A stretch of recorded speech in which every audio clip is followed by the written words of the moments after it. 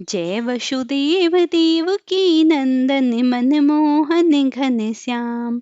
कृष्ण रूप में प्रकट हुए देवकी नंदन मथुरा धाम। वो धन्य है मथुरा धाम। जय श्री कन्हैया की जय। बंसी बजैया की जय।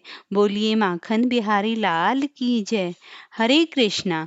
ओम नमः शिवाय। प्रिय भक्तगणों, भगवान विष्णु की कृपा आप और आपके समस्त परिवार पर यूं ही बनी रहे। प्रिय भक्तगणों, आज भादो माह के कृष्ण पक्ष की अष्टमी तिथि है तथा आज ही कृष्ण जन्माष्टमी का पावन पर्व है।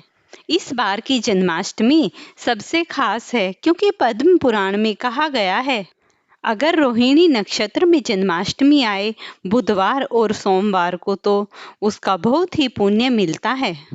अग्नि पुराण, गरुड़ पुराण, इनमें ऐसा कहा गया है, अगर सोमवार या बुधवार के दिन जन्माष्टमी का पावन पर्व आ जाए और साधक इस व्रत को करे और कथा को सुने या सुनाए तो वह जन्म मरण के बंधन से छूट जाता है।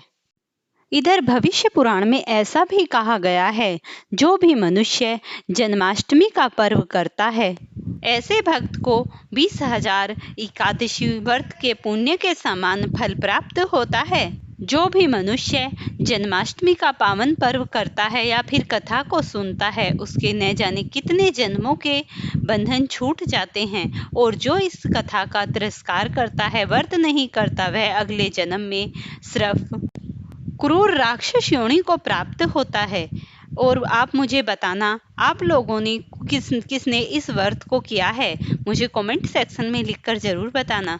जब जब मनुष्य उल्टा रूप में अनर्थ करता है, पृथ्वी पर अपराध बढ़ जाते हैं, मनुष्य न जाने कितने प्रकार के दुराचार करता है, तब तब भगवान श्री नारायण स्वयं धरती पर जन्म लेते हैं और धरती की रक्षा करते हैं। ऐसी ही श्री कृष्ण जन्माष्टमी की पावन कथा है।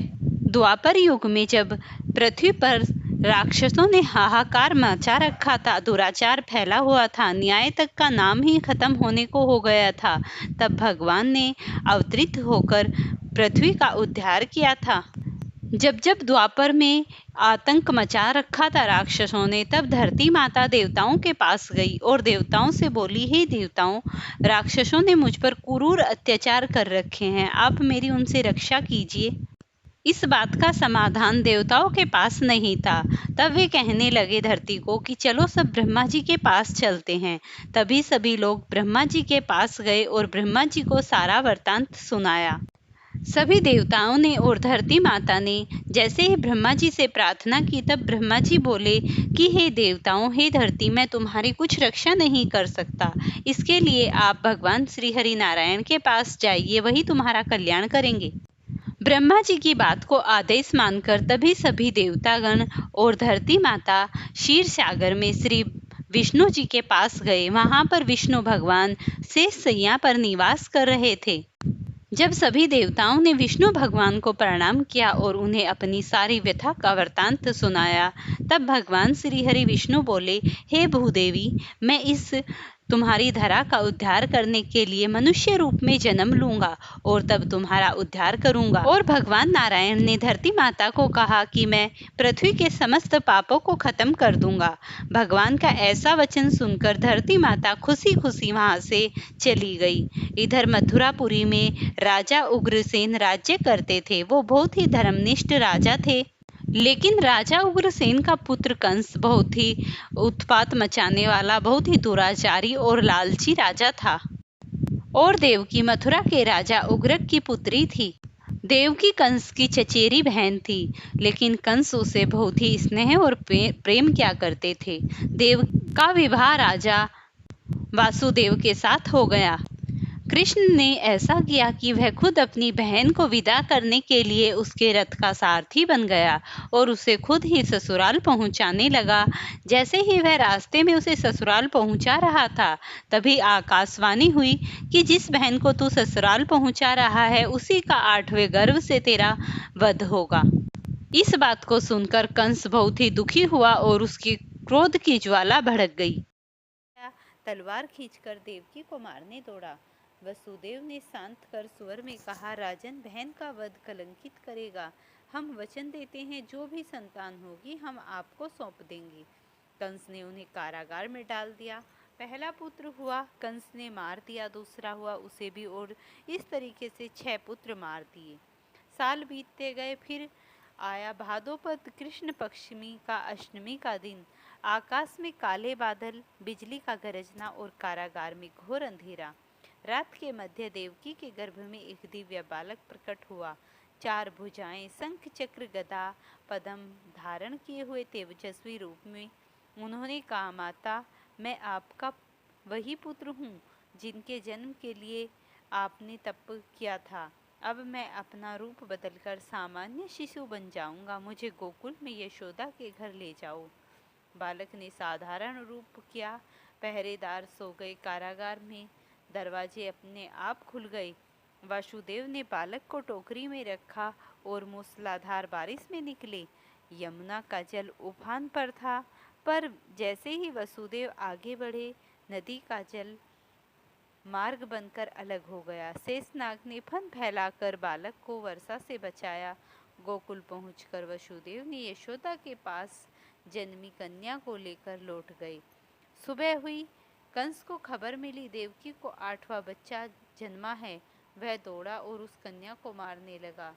कन्या आकाश में जाकर बोली, मूर्ख कंस, तेरा काल गोकुल में है। कंस का डर बढ़ने लगा। उधर गोकुल में नंद बाबा के घर उत्सव हो रहा था। ग्वाल बाल नाच रहे थे बांसुरी की। तभी मथुरा से कंस ने एक केसरी नाम के दैत्य को उसे मारने के लिए भेजा। उसके बाद कंस ने अरिष्ट नामक दैत्य को गोकुल में भेजा। वे दोनों ही वहां जाकर कृष्ण के हाथों मारे गए। उसके बाद कृष्ण ने बालख्यान नामक दैत्य को श्री कृष्ण को मारने के लिए गोकुल में भेजा। वह भी वहां जाकर कृष्ण के हाथों मारा गया। जब कंस के महान सूरवीर योद्धा मारे गए तो उसने द्वारपालों को आज्ञा दी कि जल्द से जल्द मेरे समक्ष नंद को उपस्थित करो। जब नंद कंस के सामने आया तो कंस ने कहा, अगर प्राणों को बचाना चाहते हो तो परिजात के पुष्प शीघ्र ही लेकर मेरे समक्ष आ जाओ, नहीं तो तुम्हें मार दिया जाएगा। तब नंद बाबा बोले, ऐसा ही होगा, और फिर वह आ गए। जब कंस बाबा अपने घर आ गए, उन्होंने सारा वृत्तांत अपनी पत्नी को सुनाया, जिसे चुपके से श्री कृष्ण सुन रहे थे। एक दिन की पावन बेला पर सभी यमुना के तट पर उपस्थित थे।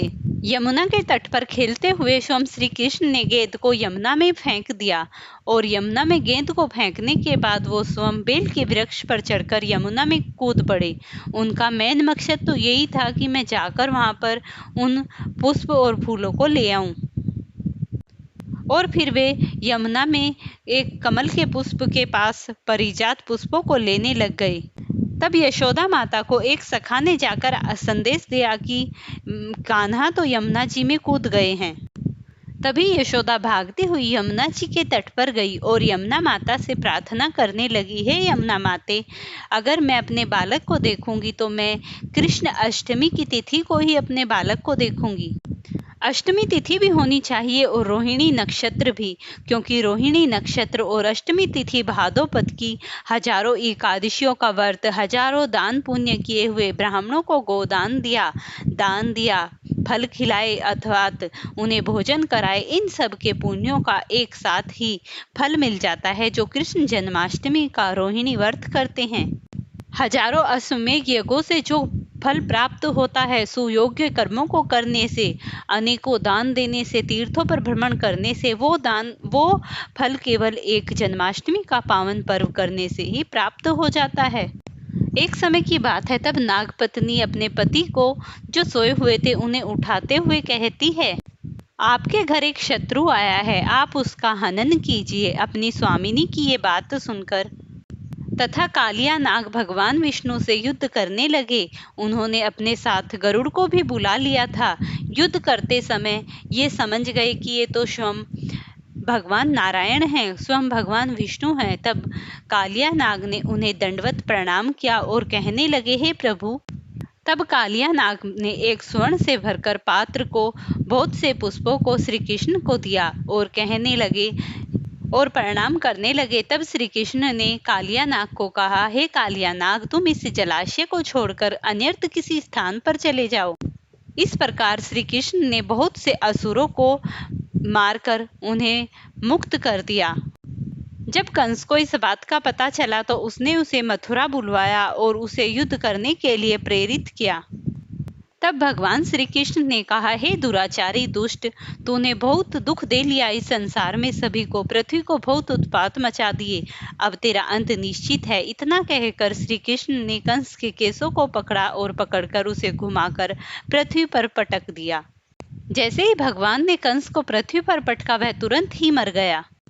कंस के मरते ही पृथ्वी पर मानो खुशियों की लहर दौड़ गई। देवताओं ने पुष्पनाद किए, शंख बजे और पुष्पों की वर्षा हुई। वहां पर जितने भी प्राणी थे सब हर्षोल्लास उल्लासित हो गए। वहीं नंद बाबा, यशोदा, सबने बहुत ही खुशियां मनाई।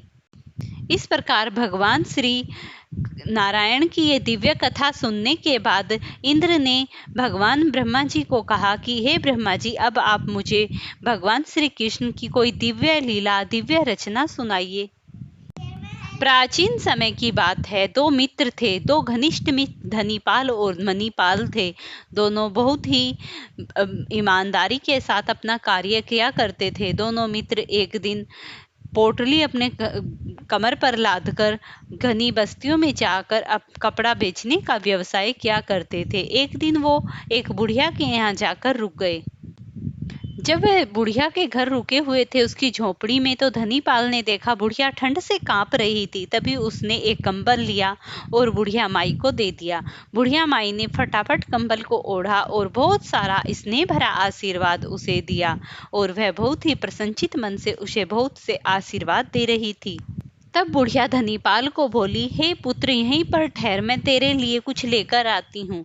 बुढ़िया अपनी झोपड़ी के अंदर गई और उसके पास छोटी सी ठाकुर जी की मूर्ति थी। उसे लाकर धनीपाल को देकर कहने लगी, ले बेटा, तू ये मेरे पास ठाकुर जी हैं, मेरे पास पैसे देने के लिए तो तुझे नहीं है, लेकिन तू एक काम करना, इन ठाकुर जी की मूर्ति को अपनी दुकान में लगा लेना और इस दुकान में जब तुम इसे लगाओगे तो अपार धन आएगा और तुम्हारी दुकान बहुत तेजी से चलेगी। वह बहुत ही नेक दिल का आदमी था। उसने उस मूर्ति को ले लिया। तभी एक जो उसका दूसरा मित्र था, सेवाराम, कहने लगा, अरे ओ बुढ़िया, हमारे पास कहाँ की दुकान है जो हम इस मूर्ति को लगाएंगे? हमारे पास कोई दुकान नहीं है। तुम्हारे बस की अगर पैसे देने नहीं है तो इस झूठी मूर्ति को मत दो और ना ही हमें तसल्ली दो कि हमारे पास पैसे नहीं है। ऐसा कहकर वह बुढ़िया का तिरस्कार करने लगा और सेवाराम कहने लगा, अगर पैसे देने को नहीं है तो मत दो, पर हमें झूठी तसल्ली भी तो मत दो। लेकिन वहीं धर्मराज कहने लगा, मैं नेक दिल का इंसान था जो ठाकुर जी को मानता था। उसने कहा, नहीं नहीं, आपने जो ठाकुर जी दिए हैं यही काफ़ी है, हमें पैसे नहीं चाहिए, मैं इनकी विधिवत पूजा करूँगा। इस तरीके से दोनों ठाकुर जी को लेकर वहाँ से चल पड़े। बुढ़िया पीछे से उन्हें देख रही थी और उन्हें तब तक उनकी राह तकती रही जब तक वो उन्हें दिखाई देने बंद ना हो गए और उन्हें खूब सारा आशीर्वाद दिया। जैसे ही वो ठाकुर जी को लेकर गए, उनकी धीरे धीरे कमाई बढ़ने लगी और कमाई के साथ साथ उन्होंने एक साइकिल खरीद ली। पहले वो आगे दोनों साइकिल को के ऊपर ठाकुर जी की मूर्ति को स्थापित करते, पीछे पोटली रखते और गांव-गांव जाकर अपना कपड़ा बेचा करते थे। इस तरीके से उनका व्यापार बढ़ने लगा और इस तरीके से उन्होंने एक किराए पर दुकान ले ली।